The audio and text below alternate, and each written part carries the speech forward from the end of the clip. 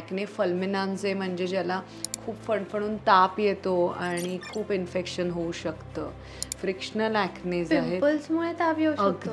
अगदी. जो ग्लँड आहे तो खाली समजा ती तुमची फॅक्टरी आहे तेलाची आणि तुम्हाला वरपर्यंत ते पोचवायचं आहे. छोटीशी ट्रॅक आहे.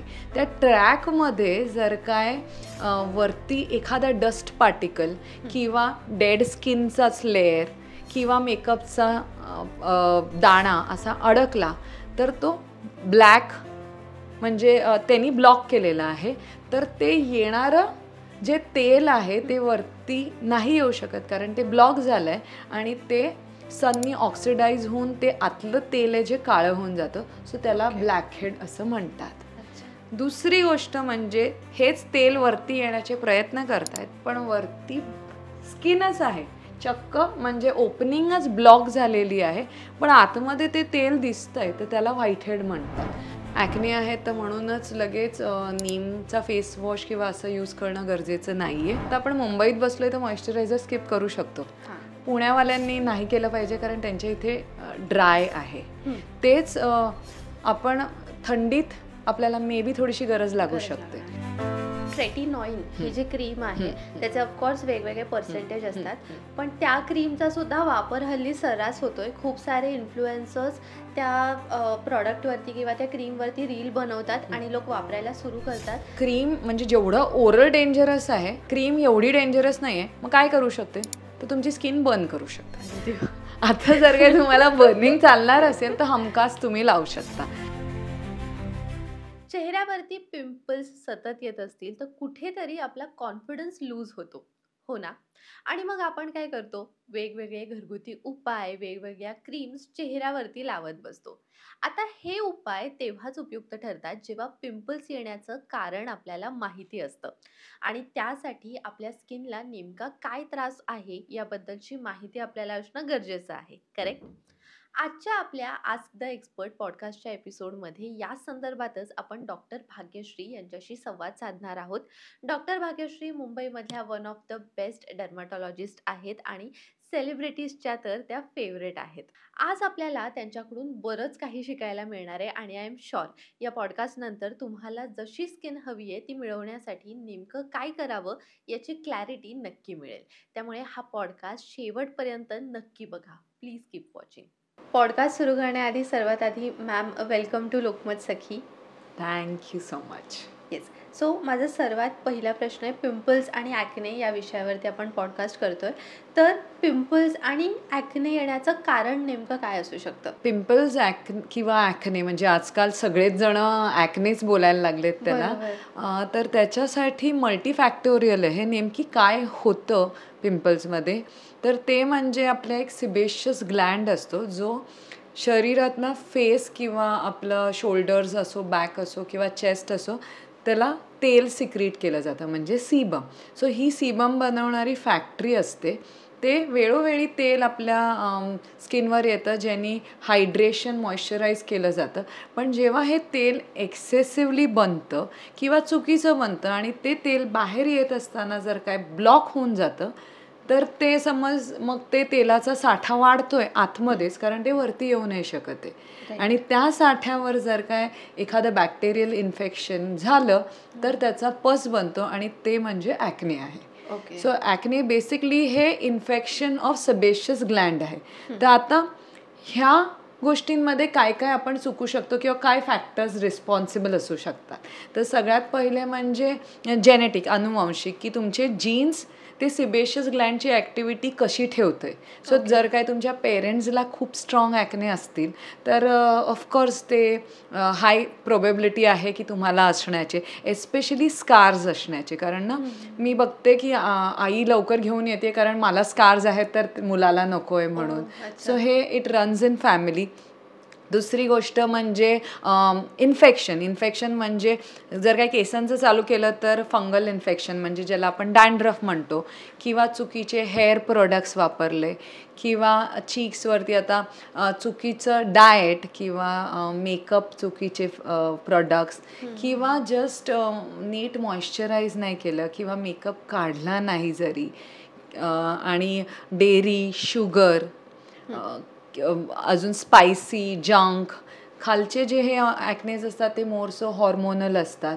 So changes in the hormone किंवा PCOS असलं तर थोडंसं अजून वेट गेन म्हणजे इन्सुलिन रेझिस्टन्स असलं तर थोडं हायर लेवल ऑफ प्रोलॅक्टिन किंवा टेस्टोस्टेरॉन आणि बॉडी ॲक्नेजमध्ये जर काही टाईट क्लोदिंग असली किंवा फ्रिक्शनल ॲक्नेज असतात, जर काही घासणं जास्त असतं, एग्रेसिव्हली तुम्ही चुकीचे प्रोडक्ट्स वापरत असले तर असे खूप फॅक्टर्स आहेत, पण त्यांनी सगळ्यांनी ॲक्ने येऊ शकतात. ओके. आणि फक्त चेहऱ्यावरती नाही तर ओव्हरऑल बॉडीवरती तो त्रास होऊ येस, शकतो. येस. प्रकार काय असतात ॲक्नेचे एक्झॅक्टली? हे बघ, आपण जे म्हणजे मोस्टली 90% जे लोकांना होतं त्याला ॲक्ने वल्गॅरिस असं म्हटलं जातं. वल्गॅरिस म्हणजे हे कॉमन ॲक्ने, म्हणजे acne which is in commonly seen is acne vulgaris. पण ह्याच्या व्यतिरिक्त खूप ॲक्नेज असतात जे लोकांना इतके माहिती पण नाही आहेत. तर त्याच्यामध्ये एक तर पिट्रिओस्पोरम फॉलिक्युलायटिस असतं, जे फंगसनी होतं किंवा जे बॅकवरती येऊ शकतं. त्याच्या व्यतिरिक्त ॲक्ने कॉंग्लोबाटा आहे. नंतर ॲक्ने एक्सकोरिये म्हणजे मुलांना मुलींना सवय असते की नखं मारून ते काढायची. सो ते त्याला एक्सकोरी असं म्हटलं जातं. ॲक्ने फल्मिनान्झे म्हणजे ज्याला खूप फणफणून ताप येतो आणि खूप इन्फेक्शन होऊ शकतं. फ्रिक्शनल ॲक्नेज आहेत. पिंपल्समुळे ताप येऊ शकतो? अगदी बापरे, this is so something new. So हे असे खूप वेगवेगळ्या टाईप्सचे हॉर्मोनल ॲक्ने आहेत. सो हे to name few, there are absolutely steroid induced acne form eruption आहे, ड्रग इंड्यूस्ड ॲक्ने आहेत, असे खूप प्रकार आहेत ॲक्नेसचे. ओके. पण हे तर झालं जेव्हा खूप जास्त प्रमाणात ॲक्ने येतात किंवा कोणत्यातरी मोठ्या कारणामुळे ॲक्ने येतात. पण जर आपण बेसिक गोष्टींबद्दल बोलायला गेलो तर असं काही असतं का की ऑइली स्किन असणाऱ्यांनाच ॲक्ने येतात आणि ड्राय स्किन असणाऱ्यांना ॲक्ने येत नाहीत?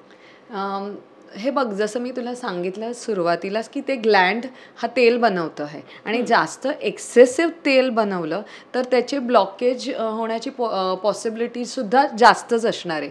म्हणजे जर काय आता एक रोड सेम आहे पण त्या रोडमध्ये जर काय रोडवरती गाड्या जास्त असतील तर ते ऑफकोर्स ट्रॅफिक जॅम जास्त होणार आहे. त्यामुळे ऑइली स्किन असल्यावर जास्त प्रमाण प्रोबॅबिलिटी ॲक्नेज येण्याची जास्तच आहे. पण दॅट डझंट मीन की छोट्या कमी ट्रॅफिकमध्ये ब्लॉकेज नाही येणार आहेत. जर का एखादं झाड पडलं तर तरी ट्रॅफिक जाम तिथेही होणार आहे, जरी कमी गाड्या असल्या तरी.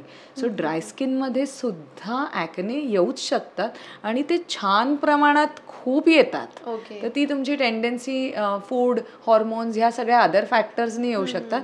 ऑइली स्किनमध्ये हो, कारण जेव्हा ग्लँड ॲक्टिव्हिटी हाय असते तर त्यांचे स्कारिंगचे चान्सेस पण असतात जास्त, त्यांचं थोडी सिव्हिअरिटी जास्त असते, पण दोन्हीमध्ये येऊ शकतात. पण मग यांचे प्रकार काही वेगळे असतात का? म्हणजे ड्राय स्किनमध्ये वेगळ्या प्रकारचे ॲक्ने येतात किंवा ऑइली स्किनमध्ये वेगळ्या प्रकारचे ॲक्ने येतात, असं काही असतं का?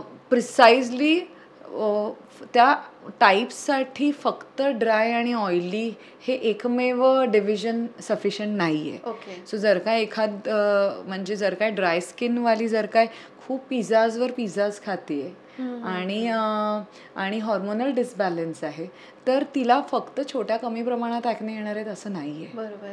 सो हे एक फॅक्टर आहे जे डिटरमाइन करू शकतं. पण त्याच्या व्यतिरिक्त म्हणजे असं नाही आहे की तुझी ऑइली स्किन आहे आणि माझी ड्राय स्किन आहे तर तुला जास्त चान्सेस असले तर तुझी लाईफस्टाईल बेटर असून मी कितीही वाईट लाईफस्टाईल ठेवली तरी मला ॲक्ने येणार नाही असं नाही आहे. ॲक्ने हे मल्टीफॅक्टोरियल आहे. ऑइली ड्राय स्किन एक फॅक्टर आहे, बाकी जसं आपण डिस्कस केलं ते फॅक्टर्स पण इम्पॉर्टंट आहेत. ओके. आणि तुम्ही मगाशी म्हणालात की मेकअप जर व्यवस्थित काढला नाही तर ॲक्ने येतात. पण बरेच जण असंही म्हणतात की समजा एखादी व्यक्ती मेकअप करते तर तिला असं म्हटलं जातं तिच्या चेहऱ्यावरती समजा पिंपल्स असतील तर की तू मेकअप करते म्हणून तुला पिंपल्स येतात. तर मेकअपमुळे पिंपल्स येतात का? सो परत बेसिकवरती आपण जाऊया. आपला ग्लँड आहे, ग्लँडमधनं सीबम बाहेर आलं पाहिजे. आता मेकअप जर काय त्याच्यावरती ब्लॉक करत असेल त्या ट्रॅकला तर ऑफकोर्स आपलं चान्सेस हाय होणार आहेत. जर काय पण जर काही तो छान मेकअप काढला आणि ते पोर्स क्लीन करून टाकले तर नाही येणार. दुसरी गोष्ट म्हणजे मी तुला सांगितलं की हो बॅक्टेरियल इन्फेक्शन होतं, राईट. जर काय तुम्ही असे घाणेरडे ब्रशेस वर्षानुवर्ष वापरलेले केले तर तुमचा बॅक्टेरिया तुम्ही देताय फेसवर तर ऑफकोर्स होणार. बट दॅट डझंट मीन की मेकअप लावल्याने येणारच आहेत ॲक्ने, नाही. चुकीचा म्हणजे चुकीचे प्रोडक्ट जर काय वापरले तुम्ही, हायजीन मेंटेन नाही केलं ब्रशेसमध्ये, आणि जे सेन्सिटिव्हिटी काही मेकअपचे प्रोडक्ट्स हो सेन्सिटिव्हिटीमुळे ॲलर्जी देऊ शकतात. सो हे 3 फॅक्टर्स काढले तर तुम्ही ॲब्सोल्युटली रोज मेकअप लावू शकतात आणि तुम्हाला ॲक्ने येणार नाहीत. सो पण ना ॲक्च्युली तसं बघायला गेलं तर ना मुलींना म्हणजे असं बघायला गेलं ना तर मुलींना जास्त प्रमाणात ॲक्ने किंवा पिंपल्स आहेत असं दिसतंय. कारण की मुलांची स्किन ही बऱ्यापैकी हेल्दी असते मोस्ट ऑफ द टाइम्स. खूप कमी मुलं आहेत ज्यांना खूप जास्त पिंपल्सचा वगैरे त्रास होतो. तर यामागे काही असे वेगळे फॅक्टर्स आहेत का किंवा हे कशामुळे असतं? अगं असं बघायला गेलं तर बऱ्यापैकी मुलांना सुद्धा ॲक्नेज येतात. हां. आणि ॲक्नेसाठी हो फॅक्टर्स, हॉर्मोन हा खूप मोठा फॅक्टर आहे. ओके. आणि त्याच्यात काय आहे माहिती आहे का, मुलांचे हॉर्मोन्स चेंज व्हायला खूप जास्त फॅक्टर्स लागतात. व्हेअरॅज आजकाल मुलींना लाईफस्टाईलची थोडीशी चूक झाली ना ते पटकन PCODकडे चाललेत, हॉर्मोनल हॉर्मोनल डिसबॅलन्समुळे. So okay. त्याच्यामुळे त्यांचे चान्सेस हाय होऊन जातात, कारण ते पूर्ण मेन्सेस त्यांचं पूर्ण ठरलेले आहेत वेगवेगळ्या हॉर्मोन्सवरती, आणि त्याच्यात एखादं काहीतरी चुकलं ना तर त्याची प्रोबॅबिलिटी हाय होते. दुसरी गोष्ट म्हणजे त्यांची सेन्सिटिव्हिटीसुद्धा हाय आहे, की 1-2 ॲक्ने आले तरी ते बॉदर होतात. मुलांना ठार स्कार्स येत असतात तरी त्यांना काही फरक नाही पडत, पण येतात, दोघांनाही येतात. मुलींना जास्त येतात असं नाही म्हणणार, पण हो लाईफस्टाईल इंड्युस्ड मुलींना जास्त येतात. राईट. आणि आरोग्याचा आणि पिंपल्सचा नेमका काय संबंध? एखाद्या आजारामुळे पिंपल्स किंवा ॲक्ने होऊ शकतात का? हो, जसं मी तुला सांगत होती की ॲक्ने कॉंग्लोबॅटा आहे किंवा फल्मिनन्स ॲक्ने आहे किंवा पापा सिंड्रोम, सॅफो सिंड्रोम, असे बरेचसे आहेत ज्याच्यात म्हणजे चक्क ॲक्नेबरोबर संधिवात सुद्धा होऊ शकतो. बापरे. ॲक्ने बरोबर इन्सुलिन रेझिस्टंट हेअर अँड असं सिंड्रोम आहे ज्याच्यात ॲक्ने बरोबर इन्सुलिन रेझिस्टन्स सुद्धा होऊ शकतं, ज्याला एकॅन्थोसिस नायग्रिकॅन्स असं म्हटलं जातं. ओके. त्याच्या व्यतिरिक्त स्टेरॉइड इंड्यूस किंवा ड्रग इंड्यूस ॲक्नेसुद्धा. सो ऑफकोर्स म्हणजे हे बघ, स्किन हे रिफ्लेक्शन आहे आपलं. जे शरीरात आतमध्ये होतंय ते आपल्या स्किननी आपल्याला दाखवलं जातं. त्यामुळे ॲब्सोल्युटली म्हणजे 100% नाही पण 90% it is of course related to what is happening inside. म्हणजे तुम्ही जे ॲक्नेची नावं घेतली ही खरं तर खूप अवघड आहेत, त्यामुळे मला ते आता घेताही नाही येणार. पण ॲक्नेमुळे एखादा आजार होतो असं आहे की आजार जेव्हा एखादा असतो तेव्हा आपल्याला ॲक्ने होतो किंवा पिंपल्स येतात? सो जसं मी बोलत होते की PCOD, आता त्याला PCOS असं म्हटलं जातं, म्हणजे पॉलिसिस्टिक ओव्हेरियन सिंड्रोम. सो जेव्हा बरेचसे डिझिजेस एकत्र येऊन एकत्र येतात ना त्याला सिंड्रोम असं म्हटलं जातं, म्हणजे त्याला मल्टी ऑर्गन्स इन्व्हॉल्वमेंट असते. सो आता जर काय मी एक बेसिक PCOD जरी घेतलं तर ते आहे काय, पॉलिसिस्टिक ओव्हेरियन डिझीज, म्हणजे ओव्हरीजमध्ये सिस्ट बनतात. पण त्याच्याबरोबर इथला हेअर लॉससुद्धा होतो, फेशियल हेअर ग्रोथसुद्धा वाढते, थिक ॲक्नेसुद्धा येतात. सो युजली जे ॲक्ने बरोबर सिस्टमिक इन्व्हॉल्वमेंट असते ते सिंड्रोम्स असतात जे एकत्र येतात. मग कधी कधी ॲक्ने पहिले येऊ शकतं आणि नंतर सोनोग्राफीमध्ये तुम्हाला पॉलिसिस्टिक ओव्हरी दिसू शकते, किंवा कधी कधी ऑलरेडी एक्झिस्टिंग म्हणजे मेन्सेस इरेग्युलर झालेले आहेत आणि मग नंतर ॲक्नेज येतात. सो को एक्झिस्ट करतात, पण त्यांची अशी काय ठरलेली सिक्वेन्स नसते की हे आधी येणार आणि ते नंतर.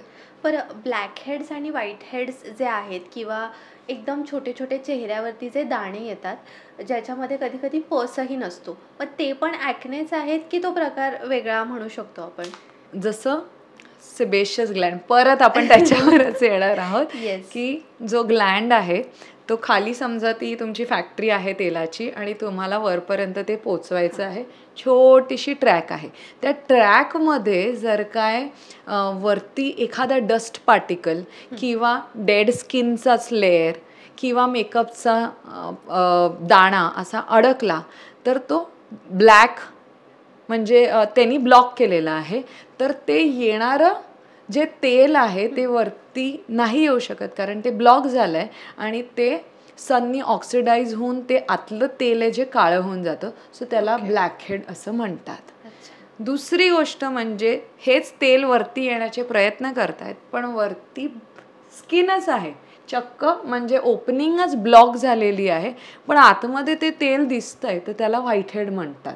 सो हे ॲब्सोल्युटली टाईप 1 ग्रेड 1 ॲक्नेचेच आहेत. ब्लॅकहेड्स आणि व्हाईटहेड्स हे पहिलं प्रिकर्सर असं म्हटलं जातं. सो हे ग्रेड 1 पिंपल्स आहेत ज्याच्यामध्ये पुढे इन्फेक्शन होऊन त्याचा पस्ट्यूल म्हणजे ग्रेड 2 आणि ग्रेड 3 वर जातो. अच्छा, म्हणजे ॲक्नेची सुरुवात आपण म्हणू शकतो ब्लॅकहेड्स आणि व्हाईटहेड्स. ओके. आता तुम्ही थोडंसं डाएटबद्दल पण म्हणालात, तर हल्ली ना लॅक्टोज इंटॉलरन्स हा शब्द व्हायरल होतो किंवा खूप लोकांना आता हा शब्द माहिती पडलाय, ज्यामध्ये असं सांगितलं जातं की गाईचं किंवा म्हशीचं दूध पिऊ नका कारण यामुळे पिंपल्स किंवा ॲक्ने वाढतात किंवा येतात सुद्धा असं सांगितलं जातं. त्यामुळे आणि बरेच लोक यामुळे काय करतायत, बदामाचं दूध प्यायला सुरुवात केली आहे किंवा लाईफस्टाईल चेंजेस होत आहेत यामुळे. तर खरंच गाईचं आणि म्हशीचं दूध प्यायल्याने पिंपल्स ॲक्ने येतात का किंवा काय एक्झॅक्टली याच्या मागे फॅक्ट काय आहे? सो गाईचं आणि म्हशीचं दूध आधी म्हणजे आत्ता माझ्या पण नाही तुझ्या पण नाही, खूप जुन्या काळात असं असायचं की ह्या गाईनी दूध दिलं, ह्या म्हशीनी दूध दिलं. आता त्या बिचारा गाई म्हशी वर्षानुवर्ष दूध देत चालल्या आहेत. म्हणजे त्यांनी म्हणजे मॅमल्स आपण जन्माला दिल्यानंतर थोड्या महिन्यांसाठी फिमेल्स दूध देऊ शकतात पण त्या वर्षानुवर्ष कशा दूध देत आहेत आता. म्हणजे असं होत नाही की आज दूध नाही येऊ शकत आपल्याकडे कारण ना झालं थांबलं त्यांचा लॅक्टेशन फेज, असं तर होत नाही. सो वर्षानुवर्ष त्यांना लॅक्टेशनल फेजमध्ये ठेवलं गेलं आहे by giving them a hormone called as prolactin hormone. So हे आपण कॅटल्समध्ये खूप मोठ्या प्रमाणात दिलं जातं ज्यांनी त्यांना ते लॅक्टेशनल फेजमध्ये ठेवलं जातं. सो ते जेव्हा दूध लॅक्टेशनल फेजमधनं ठेवतात आणि त्या दुधातून जो हॉर्मोन आहे तो आपल्यापर्यंत पोचतो आणि कितीही पॅश्चरायझेशन केलं किंवा वेगवेगळं प्रोसेसिंग जरी केलं तर फॅट चेंज होऊ शकतो पण हा हॉर्मोन चेंज होत नाही. आणि मग तो हॉर्मोन आपण जेव्हा दूध किंवा दुधाचे प्रोडक्ट्स घेतले तर तो आपल्यामध्ये पण येतो आणि तो ॲनिमल साईजचा हॉर्मोन असतो म्हणजे गाईला ठेवायचं आहे ना लॅक्टेशन आणि त्या प्रोलॅक्टिन हॉर्मोनमुळे आपले म्हणजे one of the hormones responsible किंवा जो वाढतो PCOD मध्ये तो हाच हॉर्मोन आहे. So absolutely dairy is responsible म्हणजे सगळ्यांना नाही तरी 90% आहे. त्याच्या व्यतिरिक्त एक इन्सुलिन लाईक ग्रोथ फॅक्टर हॉर्मोनसुद्धा आहे जो पण जास्त दिसतो डेअरीमध्ये, अगेन ज्याने इन्सुलिन रेझिस्टन्स होऊ शकतो, responsible for pimples. So yes, खूप पब्लिकेशन्स आहेत, खूप त्याच्यावरती पेपर्स लिहिले गेले आहेत, खूप स्टडीज झाल्या आहेत आणि सगळ्यांनी बऱ्यापैकी प्रूव्ह केलेलं आहे की दुधाने होऊ शकतं. आता कमिंग टू आल्मंड मिल्क तर त्याच्यावरती अजून खूप स्टडीज झालेल्या नाही आहेत त्यामुळे असं काही सांगता येणार नाही पण ते प्रिझर्वेटिव्स त्याच्यात सुद्धा असतात तर ते खरंच का तुम्ही त्याच्यावर that can be your substitute then it is too early to say. तुम्ही जर काय आल्मंड मिल्क घरी बनवलं तर ते जास्त बेटर राहील पण मी असं रेकमेंड नाही करणार. पण डेअरी नाही घेतलं पाहिजे हे 100% मी सांगेन. म्हणूनच हल्ली PCOS मध्ये सुद्धा डेअरी कट डाऊन करायला सांगतात.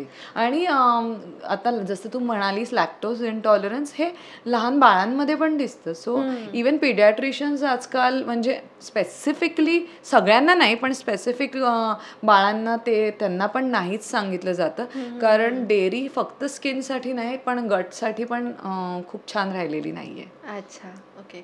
आता पुढचा माझा प्रश्न आहे हा थोडासा रुटीनबद्दल. समजा आता माझ्या स्किनवरती पिंपल्स आहेत किंवा ब्लॅक हेड्स आहेत, व्हाईट हेड्स आहेत, कोणतीही स्टेज असू दे आणि मला यातलं काहीच समजा नॉलेज नाही आहे, तर मी कुठपासून सुरुवात करायला पाहिजे, कोणते प्रोडक्ट्स वापरायला पाहिजे किंवा एक बेसिक रुटीन माझं काय असायला हवं? जर काय आपल्याला पिंपल्स असतील तर सगळ्यात पहिले म्हणजे डाएट क्लीन केलं पाहिजे.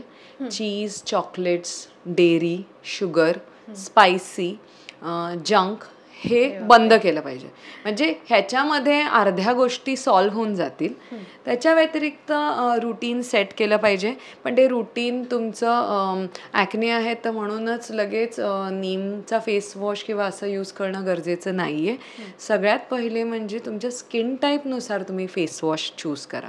अगेन ड्राय स्किन असली तर क्रीम बेस्ड किंवा जेंटल क्लेन्झर, आणि ऑइली स्किन असली तर जेल बेस्ड, कॉम्बिनेशन असेल तर वॉटर बेस्ड किंवा असं.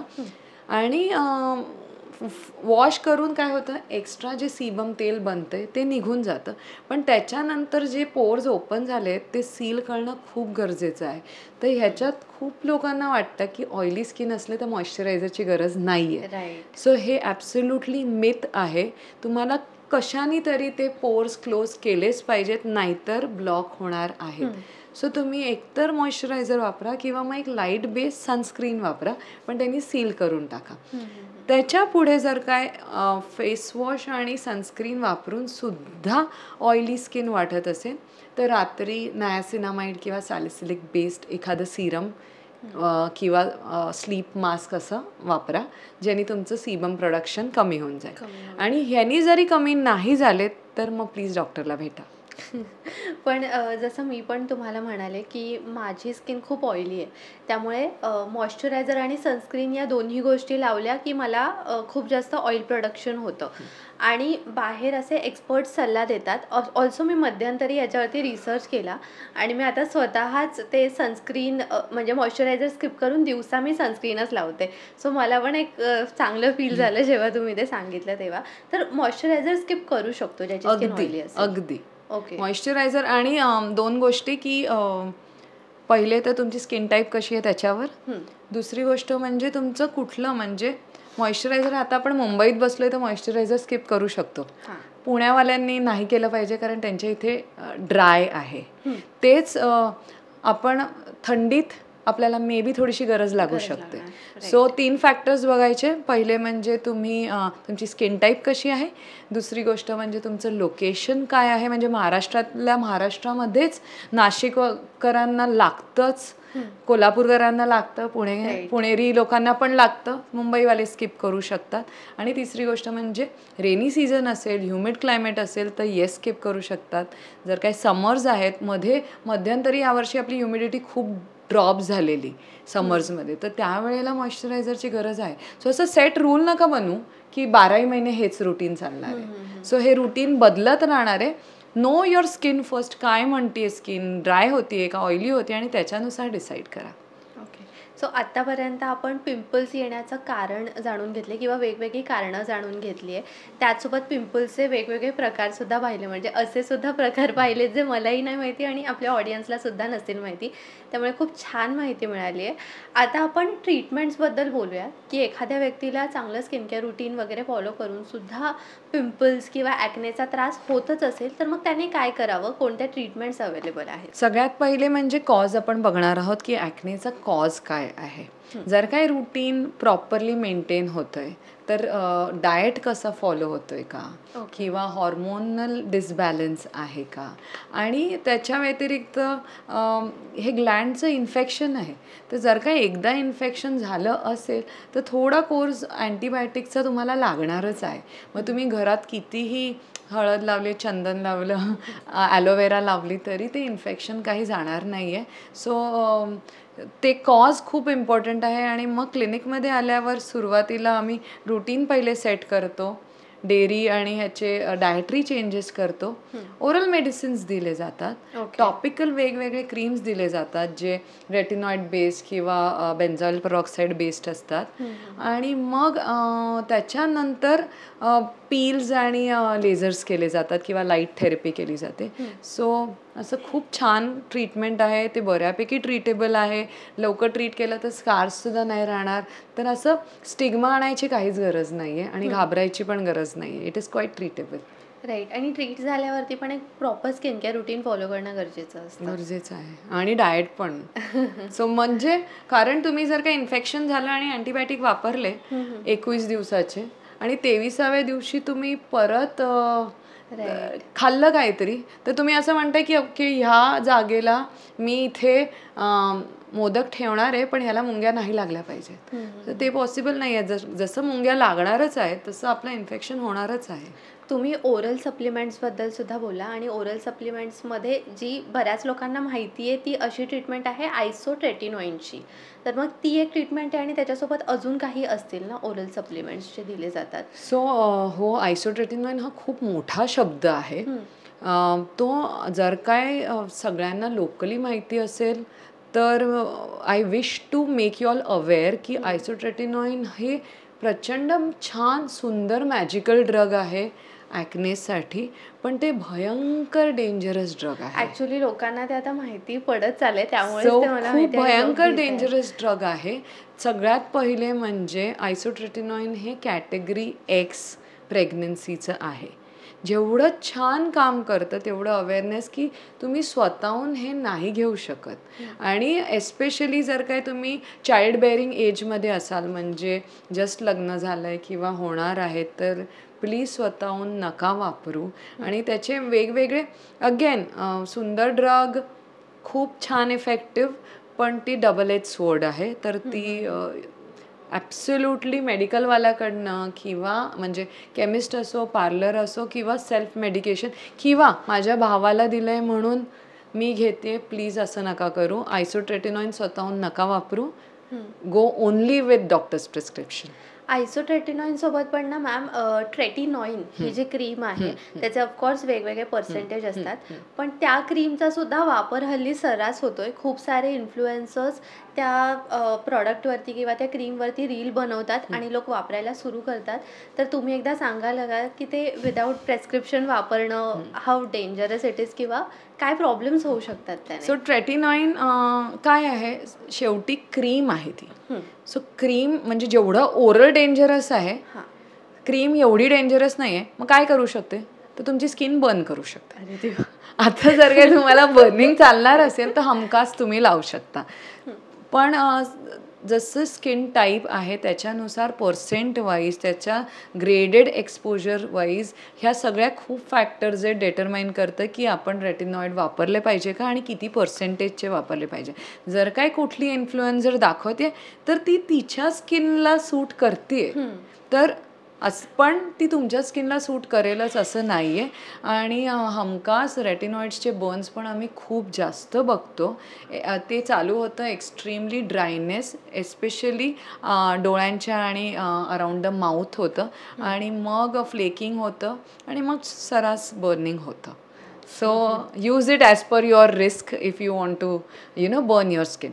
आता coming to other oral supplement जे तू म्हणत होतीस ना, तर ह्याच्यात I really want to tell you की मी जसं सांगितलं की अँटीबायोटिक्स आहेत किंवा ओरल रेटिनॉइड्स जे आयसोट्रेटिनॉइन आहे, पण त्याच्या व्यतिरिक्त एक छान असे सप्लिमेंट्सचा एक ग्रुप आहे ज्याच्यामध्ये व्हायटमिन डी, मायो आयनोसायटॉल, स्टिल्बेस्ट्रॉल, अल्फा लायपोइक ॲसिड, हे सगळे मल्टीव्हायटमिन्स आहेत आणि ते हमखास खूप सुंदरपणे ॲक्ने मेंटेनन्स करत आहेत आणि ते खूप सेफ आहेत.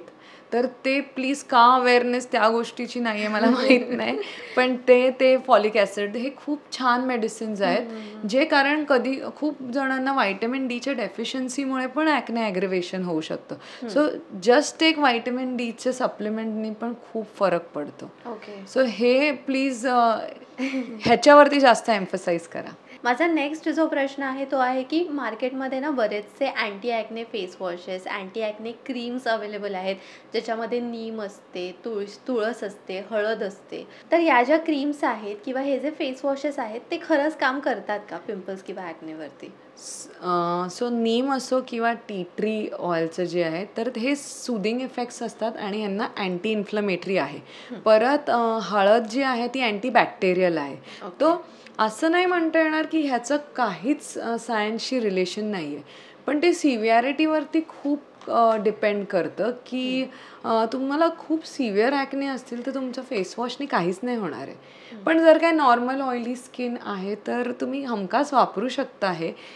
कारण ते थोडं म्हणजे ना same as terms with salicylic बेसच ते तसंच काम करतं. सो त्यामुळे टी ट्री ऑइल वापरू शकता तुम्ही. पण त्याच्याने पिंपल्स जातील ह्या अपेक्षा नका ठेवू.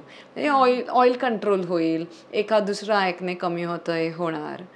पण फुल ॲक्ने जातील हे बिचारा फेसवॉशवरती ओपनिंग बॅट्समॅन पाठवल्यासारखं होईल. नाही तसं नाही होणार. Right. Thank you so much ma'am. खूप छान माहिती दिली. शेवटी आपल्या ऑडियन्सला काय एक मेसेज द्याल? सो हेल्दी स्किन ही बऱ्यापैकी पॉसिबल आहे. पण हे स्किन जे आहे ती जसं मी म्हटलं की बॉडीचं रिफ्लेक्शन आहे. फक्त बाहेरचे प्रॉडक्ट्स वापरून तुम्हाला छान रिझल्ट नाही मिळणार आहे. डायटरी चेंजेस केले पाहिजेत, एक्सरसाइज केलं पाहिजे, कारण हॉर्मोनचा खूप मोठा रोल आहे. आणि पिंपल्स व्हेरी मच ट्रीटेबल आहेत, त्याचे मार्क्ससुद्धा ट्रीटेबल आहेत, स्कार्ससुद्धा ट्रीटेबल आहेत. त्यामुळे त्या गोष्टींनी तुमचा कॉन्फिडन्स कधीही कमी होऊन देऊ नका, कारण ही छोटीशी गोष्ट आहे जी आपण टॅकल करू शकतो. Thank you so much. तुम्ही तुमचा वेळ दिला त्याबद्दल आणि खरंच खूप छान, खूप महत्त्वाची आणि खूप गरजेची माहिती दिली. कारण बऱ्याचदा काय होतं ना, आपण वेगवेगळे सोशल मीडियावरती व्हिडिओज बघत असतो आणि त्यामुळे बरेच लोक त्याच्या आहारी जातात आणि खूप वेगवेगळे प्रॉडक्ट्स वापरतात, वेगवेगळ्या ट्रीटमेंट्स घेतात, ज्यामुळे स्किनवरती त्याची रिॲक्शन होते आणि स्किन खराबसुद्धा होते. त्यामुळे तुम्ही खूप चांगली माहिती दिली. तुम्हाला कसं वाटलं पॉडकास्ट करून? मला खूप बरं वाटतंय, कारण आपण ह्याच्या पॉडकास्ट थ्रू ना एक अवेअरनेस क्रिएट करतो. आणि ह्याच्यात मी परत सांगू इच्छिते की पिंपल्स हे सगळ्यांना येतात.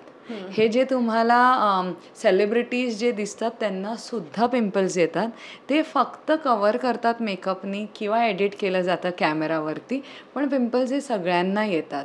त्यामुळे एस्पेशली टीनेजर्सला जर काय तो कॉन्फिडन्स लो होत असेल तर प्लीज तसं नका होऊन देऊ. हे कॉमन आहे, पण इतकं कॉमन नाही की जे तुम्ही घरी त्याचा उपचार केला पाहिजे. नाही, प्लीज मीट अ डॉक्टर. आणि सगळ्यांनाच हेल्दी स्किन ही आवडतेच आणि ही आपण मिळवू शकतोच.